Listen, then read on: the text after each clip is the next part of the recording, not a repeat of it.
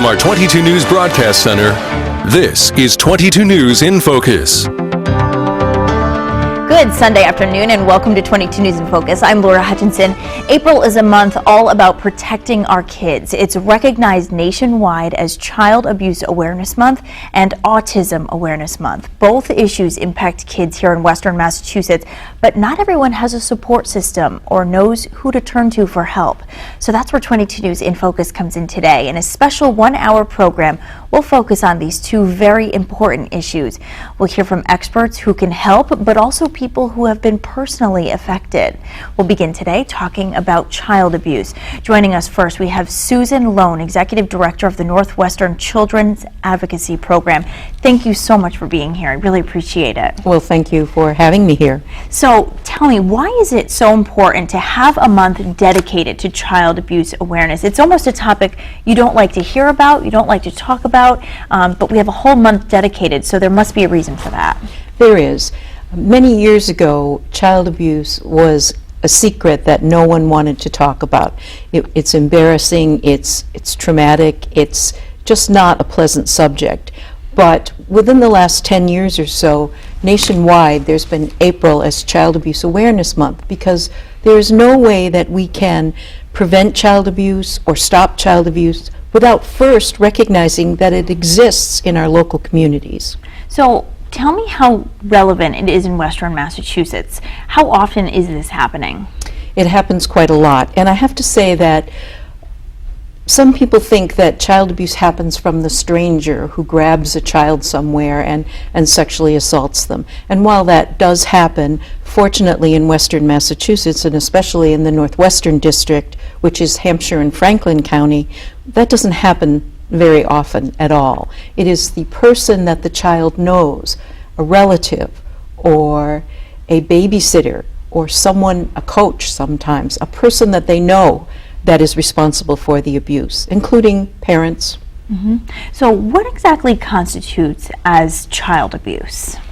In Massachusetts, child abuse is physical abuse, which is severe physical abuse.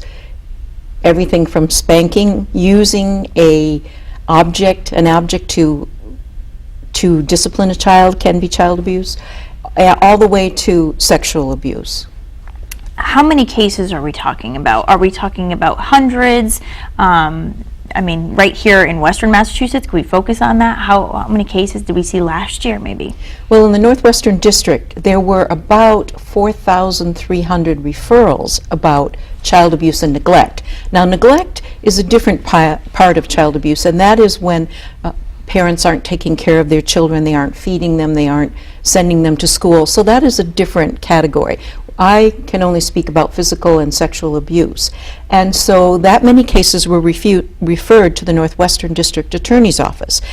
Out of those cases, about 500 were serious enough to require investigation, either by the Department of Children and Families or the police department. And out of those, in our district, over 200 children required the services of the Children's Advocacy Center, which means a medical exam, a team interview, recording of their statement, more investigation, and some of those cases resulted in prosecution. How common is it for cases to be prosecuted? Out of the many cases that are referred, very few actually go into court to be prosecuted for many different reasons. At least 50% of the children in our district who are abused are under the age of 12. Wow. And of course, sometimes there are babies who are physically abused and they can't testify. And so you have to rely upon the evidence that you have in the testimony from medical doctors. Sometimes children are 3 or 4 and there's just no way they can go into court and testify against their abuser. They're too young. And then you have other children who have been so traumatized that their mental health providers say, this is dangerous, you can't have this child testify. They're not ready, they're too fragile. So unfortunately, maybe 20% of the cases are actually brought into court and prosecuted. Wow.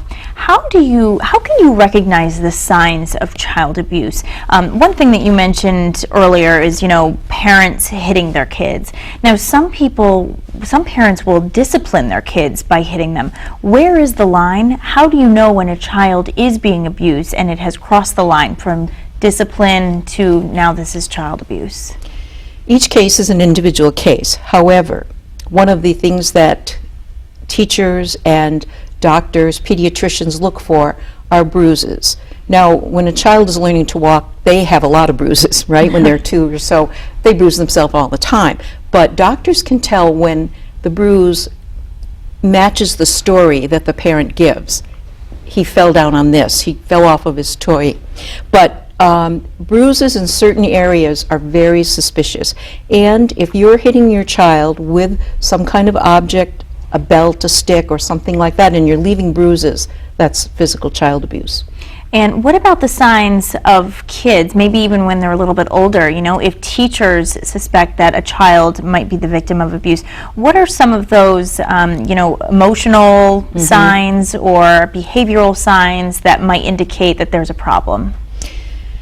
What teachers often notice is that the child's behavior changes. They become more withdrawn, perhaps, or sometimes they start acting out when they didn't before. They start being aggressive towards other children. They stop being interested in the world around them. They become depressed, actually. And in younger children, if they revert back to it's regression, actually. If they start wetting their pants again when they've been potty trained, that can be something that should be investigated. Interesting. Do you legally, what if a teacher knows that there's some kind of abuse happening, or not even just a teacher, but an adult who has recognized that there's an issue, and you don't report it? I guess, when does the law kick in, and when do you have to legally, is there ever a time that you have to legally report something? There are mandated reporters in the Commonwealth of Massachusetts that are just that. They are mandated to report suspected child abuse. Those include teachers, police officers, social workers, coaches, things like that. And they are told under the law that they must report any suspected abuse to the Department of Children and Families. And they investigate it, and many cases are screened out because there just isn't evidence or there was not abuse. But other people, for example, if you see something happen in the supermarket and you're not a mandated reporter, there is no law that says you have to report it. You are able to, and you certainly can, and ethically and morally, perhaps you should, because it's very easy to call and make the report, but you may not know the people's name. But again, I think as a community, we're all responsible for our children. And you mentioned the Department of Children and Families. Where should people be reporting? Is it specifically them, or are there other outlets? In Massachusetts, it's them. They have a 24-hour child at risk hotline, and that number is 1-800-792-5200. And 24 hours. 24 hours. Well, we'll put that number on our website as well. You and I both know a woman here in Western Massachusetts who was abused and spoke out publicly. I want to talk about her story. I want to take a short break first, but we'll talk about that in just a little bit. I think people will hear some interesting points in that case, so we'll discuss that. After the break, we will talk about that local case of child abuse that happened here in Western Mass. Stay with us. You're watching 22 News in Focus.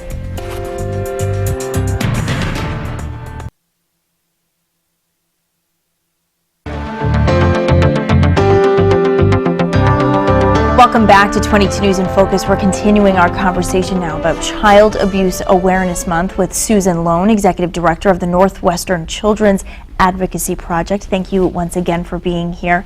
Earlier this month, you and I actually met at an event all about raising awareness of child abuse, and we met a wonderful woman named Sophia who really took her own case into her own hands. And I was hoping, here's some pictures from that event, and we'll see her in just a little bit. Maybe you can just tell us about Sophia. She suffered from abuse herself and then spoke publicly about it. Yes, she did. She's a very wonderful young woman. She's 17 years old, and she, when she was 5, she lost her mother from cancer, and she started being sent to different places to live. And finally she was sent to a foster care home locally.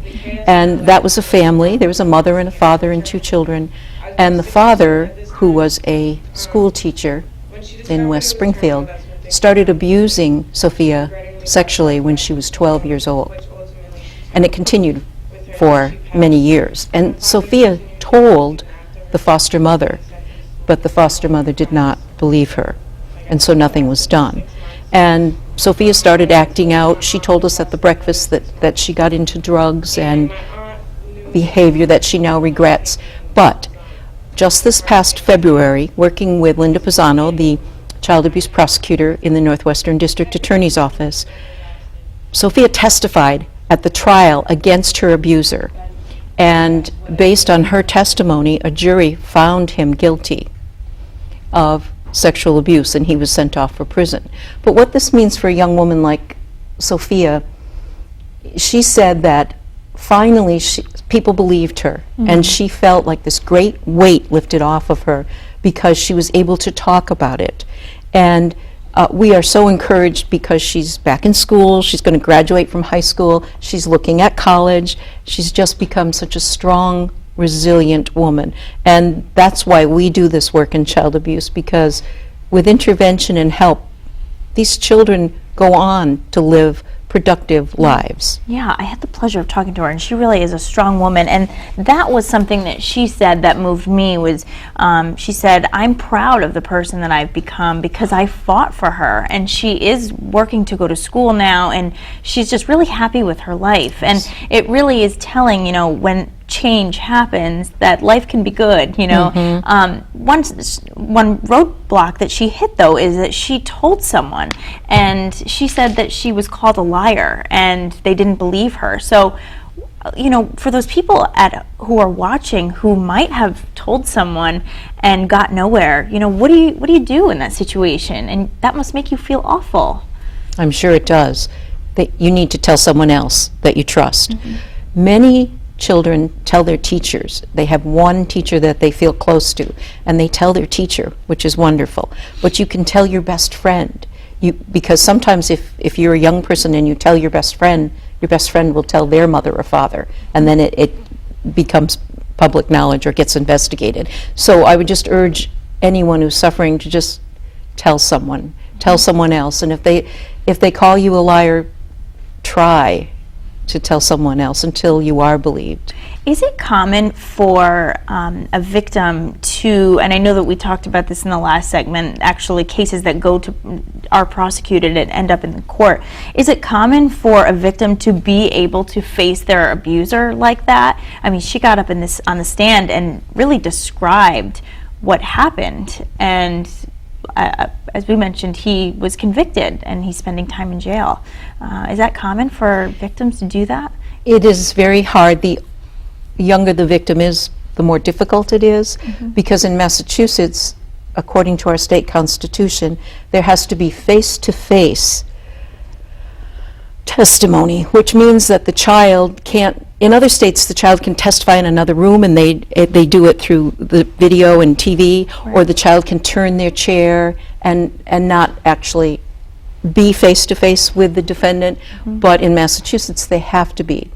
And so just imagine, for one thing, talking about sexual matters, any sexual matters, in front of 12 or 14 people in the jury that you don't know, a judge, all these court officers, people in the audience, and the person who did this to you, who might be making faces, who might be giving you looks like, I'm going to kill you. Right. So it's so difficult. Right. And the fact that she did this and did a really good job is just wonderful. Really inspiring. It really is inspiring. And the other element to this that she told me was that she was threatened. She was told in that house that if she said anything, either he would commit suicide, it would break their family apart. That must be pretty common as well. Yes. Many abusers do threaten to hurt or kill the child, or their brother or sister, or their mother or their father. They try to lay the blame on the victim, saying, well, as in this case, if you tell our family's going to just be broken apart and it'll be your fault. The other thing that you have to realize is sometimes when a child tells, the Department of Children and Families have to remove the child from their home because their mother or father or caretaker does not support them. And that means that the child goes to a different school, loses their friends, she's or he is the one that gets taken out of their home, and they feel like they're being punished. Sure. And so the abusers have many different ways of trying to control their victim from not telling. It's so sad. Tell us about the Children's Advocacy Project and what resources are available to people who need some help. Well, again, this is the Children's Advocacy Project runs children's advocacy centers, and there are 11 of them in Massachusetts. And the whole purpose of an advocacy center is to bring a child who has disclosed abuse to one location, and all of the professionals come to that center, so the child is not brought to the hospital or to the police department or to DCF. Instead, the professionals come to them with all the services. It reduces trauma to children. So we have a house in Northampton, and we're remodeling a house up in Franklin County in Greenfield to serve those children. And I know that you have an event coming up to raise money for the project on Sunday, July 19th. Why don't you tell us about that? That is a project where we're collaborating with Bikers Against Child Abuse, which is an organization that provides services to abused children, and they do ride motorcycles. So there will be a motorcycle ride in the morning and then a family picnic in the afternoon, and people can go to our website and find out about that event and buy tickets. And where does the money go? I guess, how is that money spent? That money is given to the Children's Advocacy Center. We run the two houses, and we have to pay rent and electricity. I mean, it goes for things like that. To furnish the new house in Greenfield, you know, we have to have furniture and medical equipment and things like that. And we have a great partner up in Franklin County, which is the Franklin Bay State Medical Center is helping us out. One thing that you said to me at the breakfast that we attended together was just how important it was that people outside of police officers, police officers and teachers seem to be very involved in this conversation because they work so closely with community safety and kids. How important it is for people at home who work in a bank or, are construction workers and may not have direct ties to the situation. Why it is so important for them to listen to this? Why is it so important? Because they're not in touch with it every day. It's not their work that they do, but it touches all of our lives. And with the remodeling of the house in Greenfield, Mark Ledwell from Wright Builders came to the breakfast, heard about this, and all of a sudden we have all of these small local construction companies providing resources and materials and labor to remodel this house. And because they say it's part of our community, we need to help, and that's one way we can help.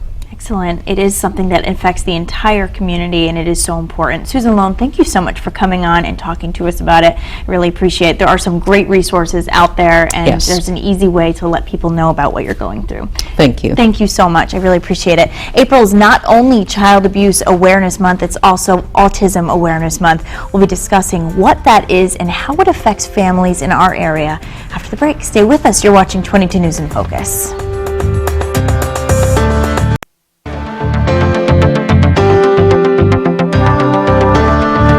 Watching 22 News in Focus. Today we're talking about two issues facing children. We just discussed Child Abuse Awareness Month.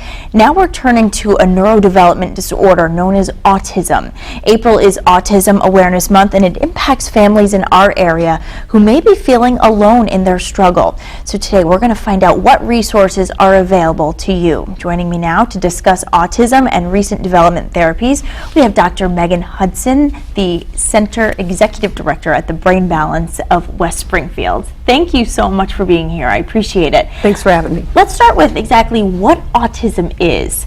It's unclear exactly what constitutes autism. You hear kids on the spectrum. Tell me exactly what it is. So it's a really good question. Autism spectrum disorders are named as such because the word spectrum really does encompass the range. There's a wide range of functions and disabilities that come with this label. And so there's a great quote from an autism expert in New England named Stephen Shore that says, if you see one child with autism, you've seen one child with autism. So it really does speak to a condition that share a lot of characteristics, but are also really unique to each individual. So one of the common characteristics is just really difficulty connecting socially or emotionally with other people, and having a tendency to be more caught up in their own internal world. At what age do you think that we can start to notice if a child might have some sort of a social disability? You know, you can really see pretty quickly, especially in relation to eye contact and how well mimicking facial expressions are starting to develop. So a lot of times parents, sometimes they may not notice, especially if it's their first child, because they just don't have as much experience to go on. But usually there's a tendency to maybe be not engaging with the outside world as much, just really being more content with playing by themselves, just sort of looking off somewhere, you know, that difficulty trying to get their attention, and really you see it through the eye contact is the big thing. Tell me about Brain Balance. I know that this is an organization or a place that people can come to for resources. You've actually brought some here as well. Yeah. Tell me about So Brain Balance Achievement Centers are a company that we're spread out all across the country. There's about 70 centers right now. We're located in West Springfield, and we're an after-school program for kids with a wide range of learning and behavioral challenges. Many of our students, the most common label or issue that we tend to work with is ADHD, but we do see a lot of kids who are either definitely labeled as on the spectrum by somebody, or seem to have flavors or characteristics as part of what their challenges are. So we look at that really as a right brain weakness. So our program works to uncover whether there's a disconnection between the two hemispheres of the brain. And when it comes to autism spectrum, that's really a right brain weakness, and so our program then helps to strengthen the weakness. So autism awareness is really important for people to understand, really to understand more about where other people are coming from who may be different than them. But we like to take it a step further to say, okay, well, there's things we can do to actually change the brain to help.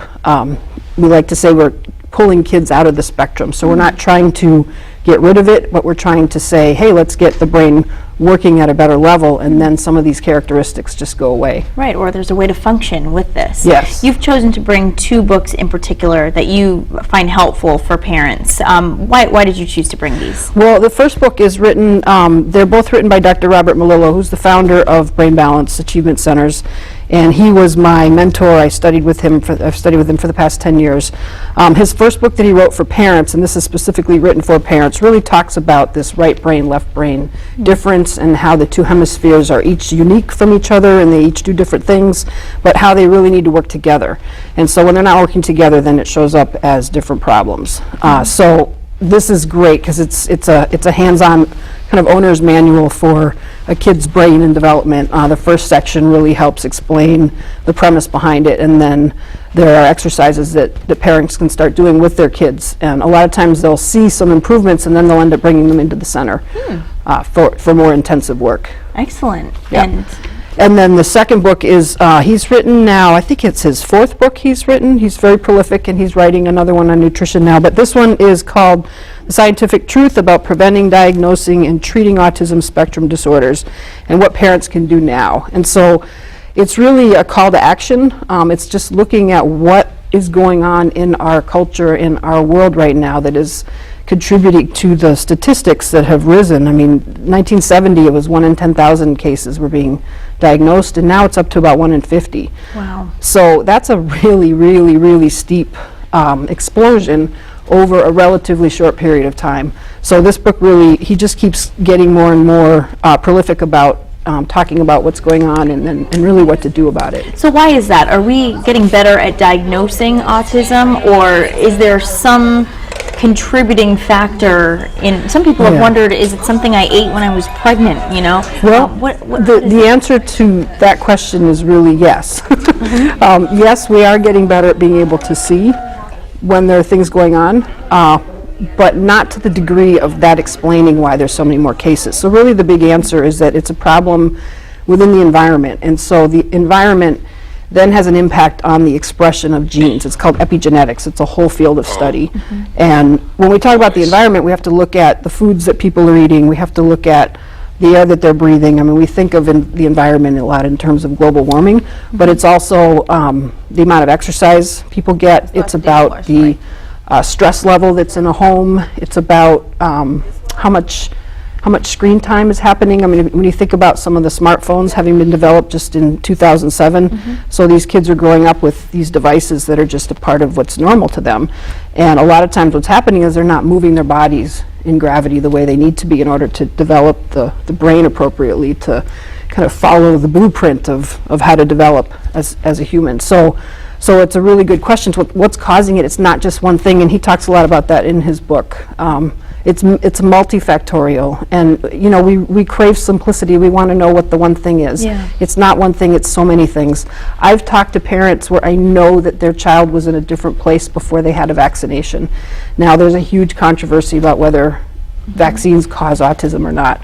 Well, obviously, we would all have it if we've been vaccinated, if it was just that simple, but there has to be a factor. I've seen it, I've talked to parents where I know that their child was different after that event. So that's a big controversial topic, but that's another piece of the puzzle. And for parents who want some, like you were saying, of course, the one answer, but if there is any way, is there any real way to prevent it? Are there some choices you can make? Yeah, you got to eat right, you got to exercise. During pregnancy,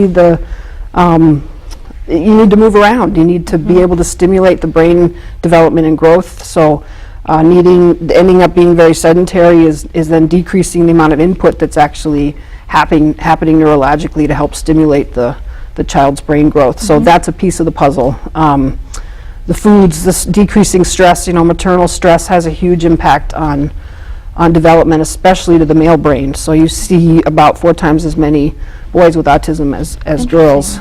Same thing with ADHD. And so increased maternal stress for whatever reason is stressful on a developing brain. So there's so many things, and it's not about finding the one thing, and it's not about finding fault or blame. It's really looking at it's a problem in our society and in our culture these days, and it's not just in America. It's in a lot of the developing or non-developing, the developed countries with high technology. There's a lot of autism that's a problem.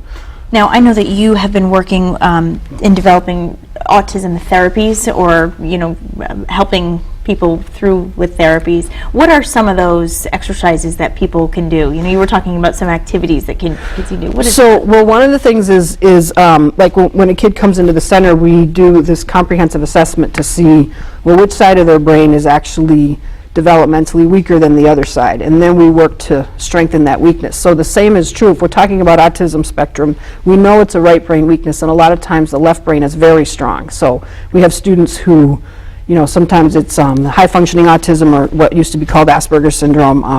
We have a little boy who's 7 who's like a mathematical savant. I mean, it's amazing what he can do with numbers.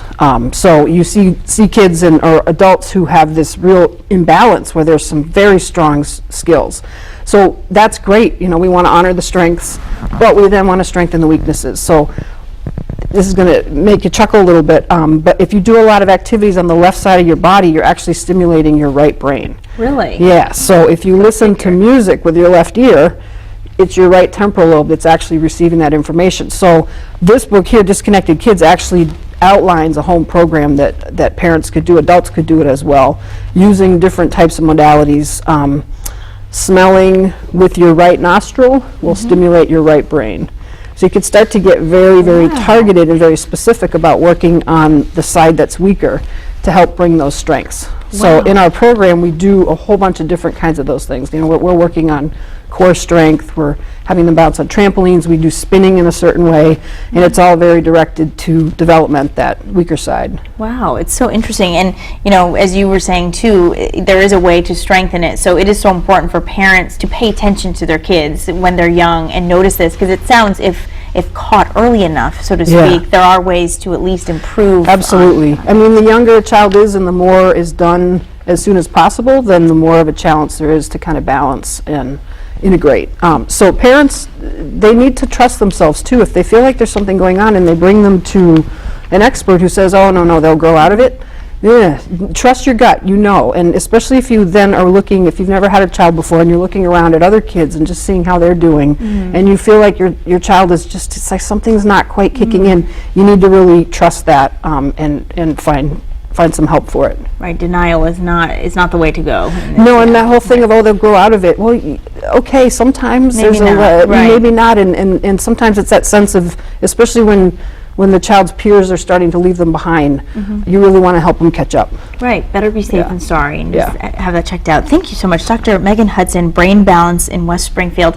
Thank you so much for being here and Thanks for helping having me. make this so much more understandable. It really is so helpful to have resources in our backyard as well. Great. Thank you. Thanks. And after the break, we'll be talking with a father of 2 autistic children and how this has changed his life and what he's doing to help other families in the area. Stay with us. You're watching 22 News in Focus.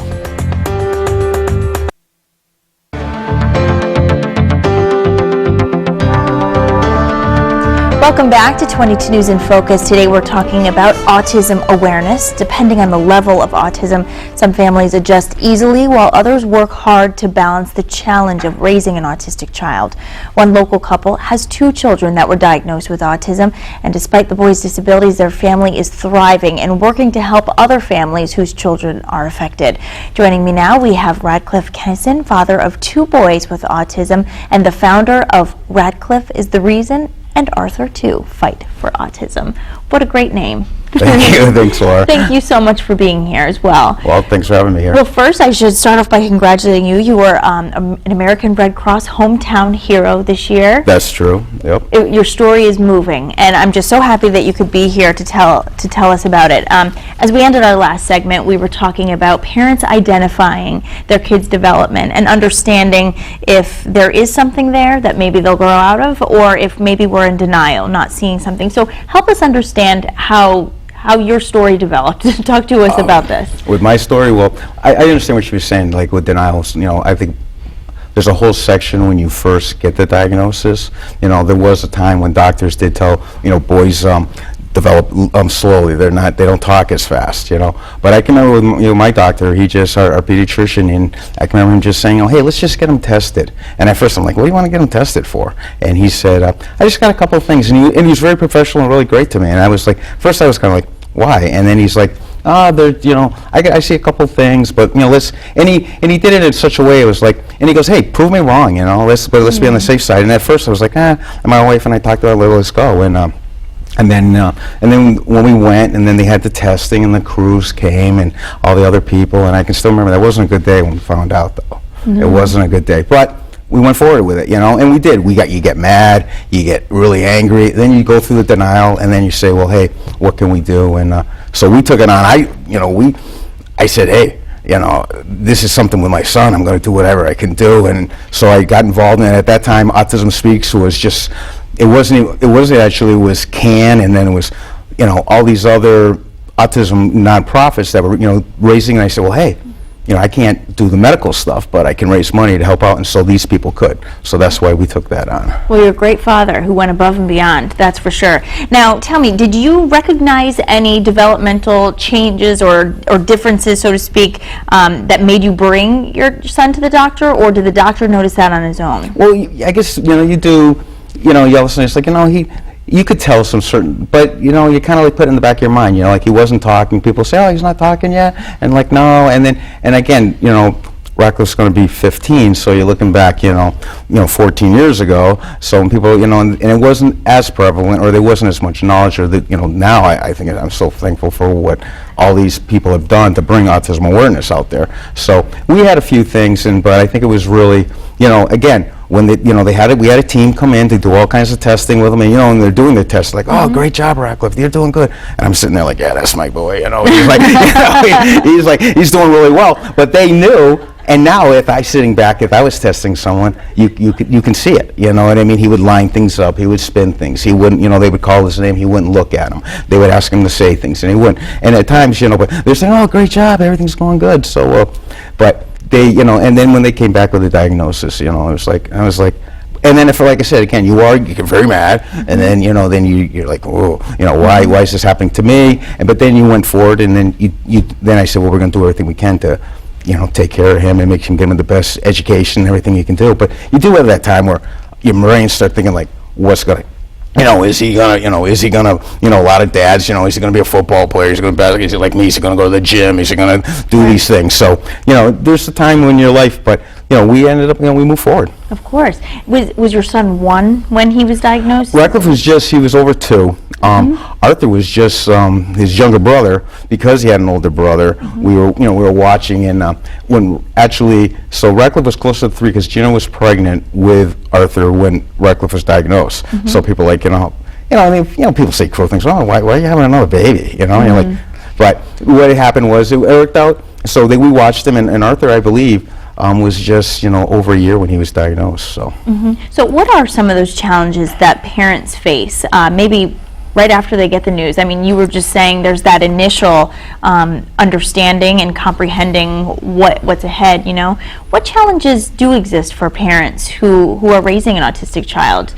There's just so many, and it's one of those things too. If you don't live it, you don't understand it, and you don't expect somebody to understand it. But the first thing, number one, is money. There's these, a lot of insurance companies don't cover this. You have so many, and you want to do everything. You want to have all these therapists. I mean, I had so many people coming in and out of my house, and sometimes I'd be like, what do you do? They're like, I'd be come home from work and there'd be 3 other people working with them, and and I hadn't seen them before. Oh, I work for this company. So there is so many challenges you have, and it's different. One of the big things we have is sleep deprived. A lot of children with autism, don't sleep very often. And you can only go so long with little or no sleep. And then there's other problems that, some children have intestinal problems, with autism. There's a lot of other things that go on. So there's huge challenges that they have. And it's not your child's a little different, so. Now, do you find that it's helpful to speak with other parents or other people, either like the doctor we had in the last segment, who truly understands autism, or even other parents who are going down the same road? Do you find that helpful to have that sort of support? Yeah, I think so. I think people can. I think they should reach out. I think one of the big things is families have to realize it too. Sometimes families don't understand. They'll say, maybe he'll go out. But everyone has their own lives. So, but I think family has to learn to try to be a little more supportive. I mean, I'm lucky. Our family's big. We have a lot of family, and everyone tries. But again, they don't live it. They don't understand it. So, but I do, to answer your question, yeah, if a parent has questions, I get a lot of phone calls, and, especially from, young moms, and, they want me to tell them, they say, oh, he'll be fine, or she'll be fine, she's just going to grow out of it, and, and you can't tell them that. There are some cases where, you're always going to see improvement. You never say never. So, it's going to work good. So, but yeah, they're looking for you to say everything's going to be okay, you're going to be, and or maybe even to validate some of the feelings that you're having.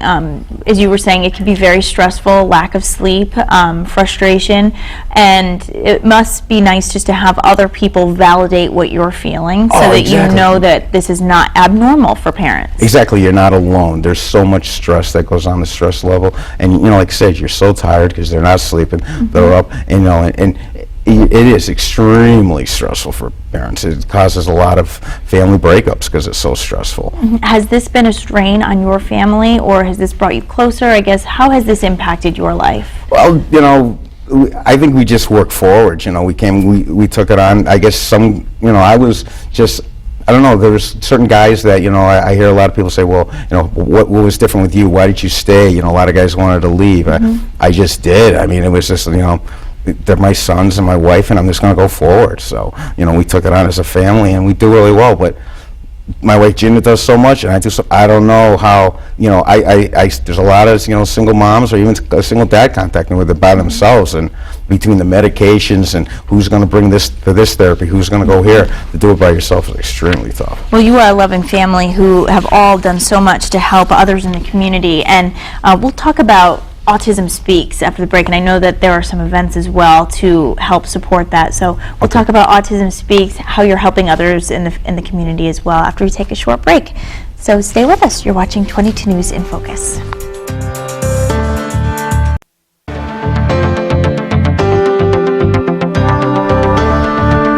You're watching 22 News in Focus. We're continuing our conversation now with Radcliffe Kennison, the father of 2 boys with autism and the founder of Radcliffe is the Reason and Arthur Too, Fight for Autism. Thank you so much again for being here. I really appreciate it. You were just talking to us about your own personal experience, what it was like when you heard the diagnosis, and how your family has reacted since.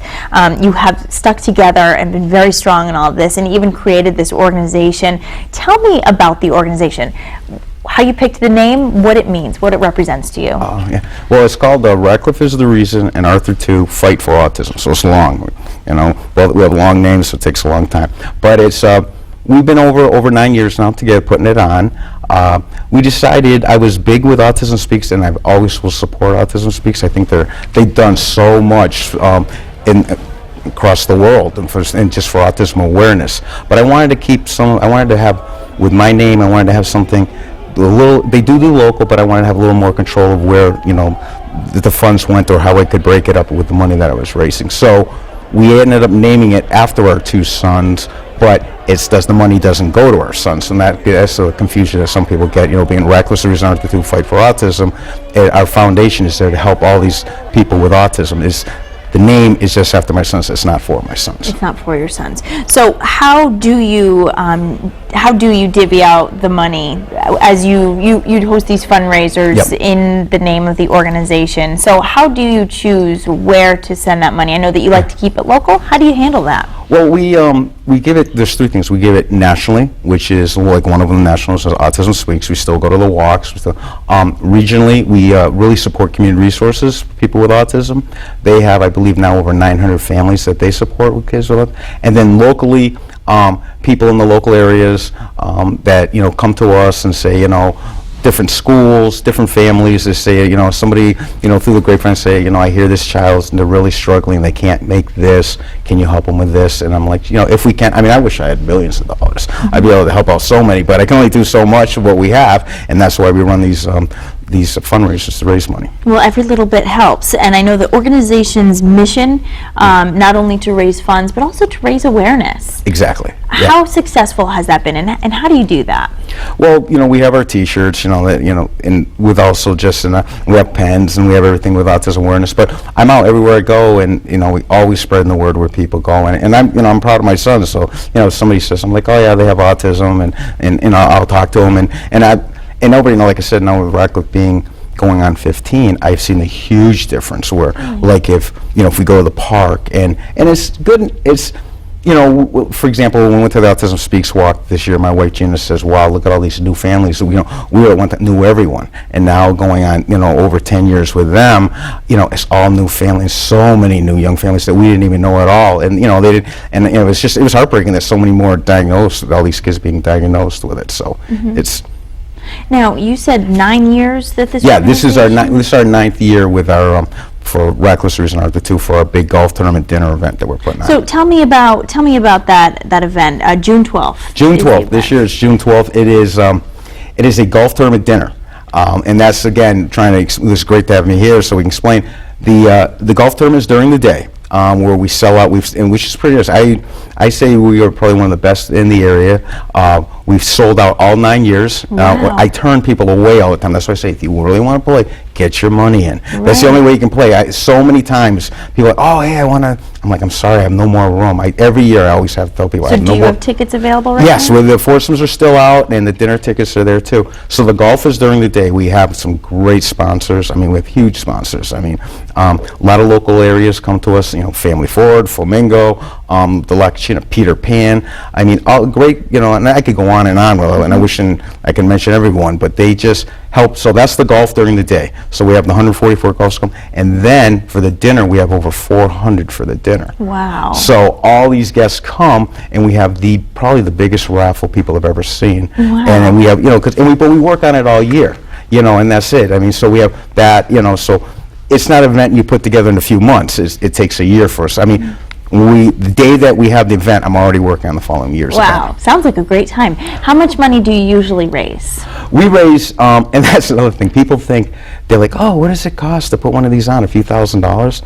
And I'm like, no. I'm like, it's over, you know, last year, just to put our event on, it cost me over $23,000 just to put it on. But again, everyone's there. I mean, you know, golf courses have to make money, you know, and there's so many great charities and so many nonprofits out there that companies that, so sometimes you have to you buy a lot of things, the cost, you know, for the raffle and stuff. Not everything, people just assume everything's donated to, and it's not. Right. So to do it, most events you try to do, if you spend $20,000, you hopefully, since it takes you a year to put on, you really like to double that. So you try to, you hope your ideal dream is to make the profit is double. So if you spent $20,000, you hopefully have a total of 60.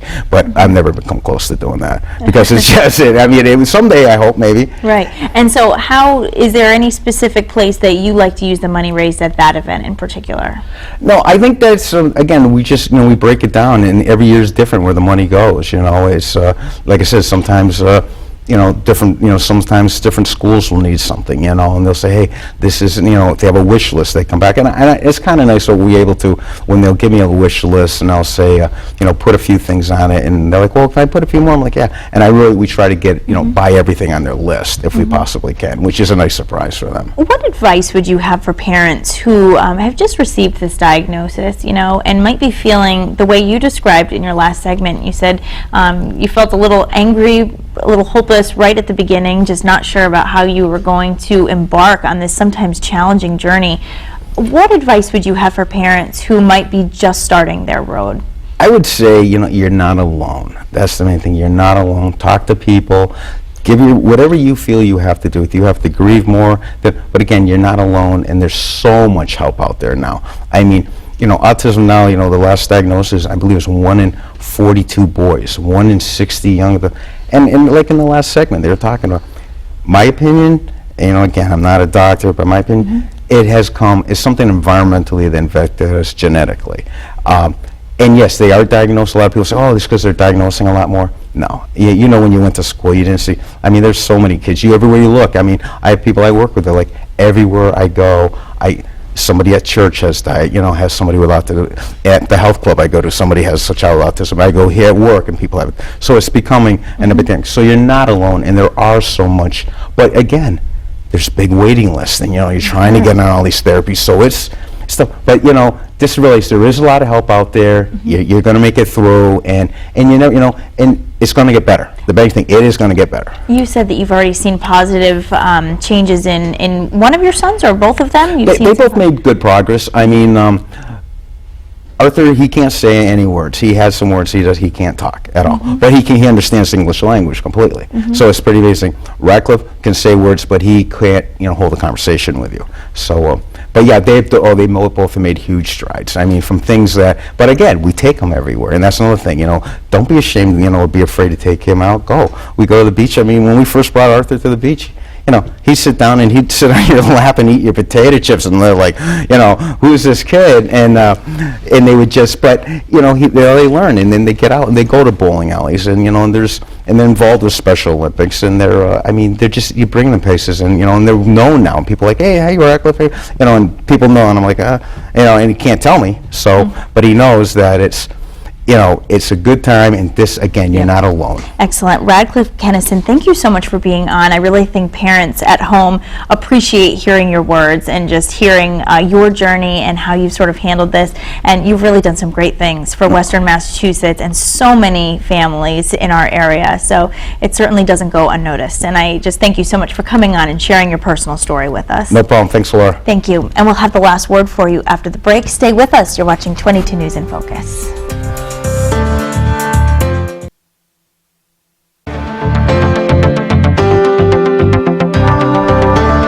You're watching 22 News in Focus. Today we've been talking about child abuse awareness and autism awareness, two very important issues facing children and their families right here in Western Massachusetts. We hope you gained a better understanding of these issues and heard something that you or someone you know might find useful. That is our program for today. We want to thank our guests for joining us. Thanks to you at home for watching. And if you've missed any of it, you can watch it in full on our website at wwlp.com. From all of us here at 22 News, we wish you a wonderful Sunday. Take care.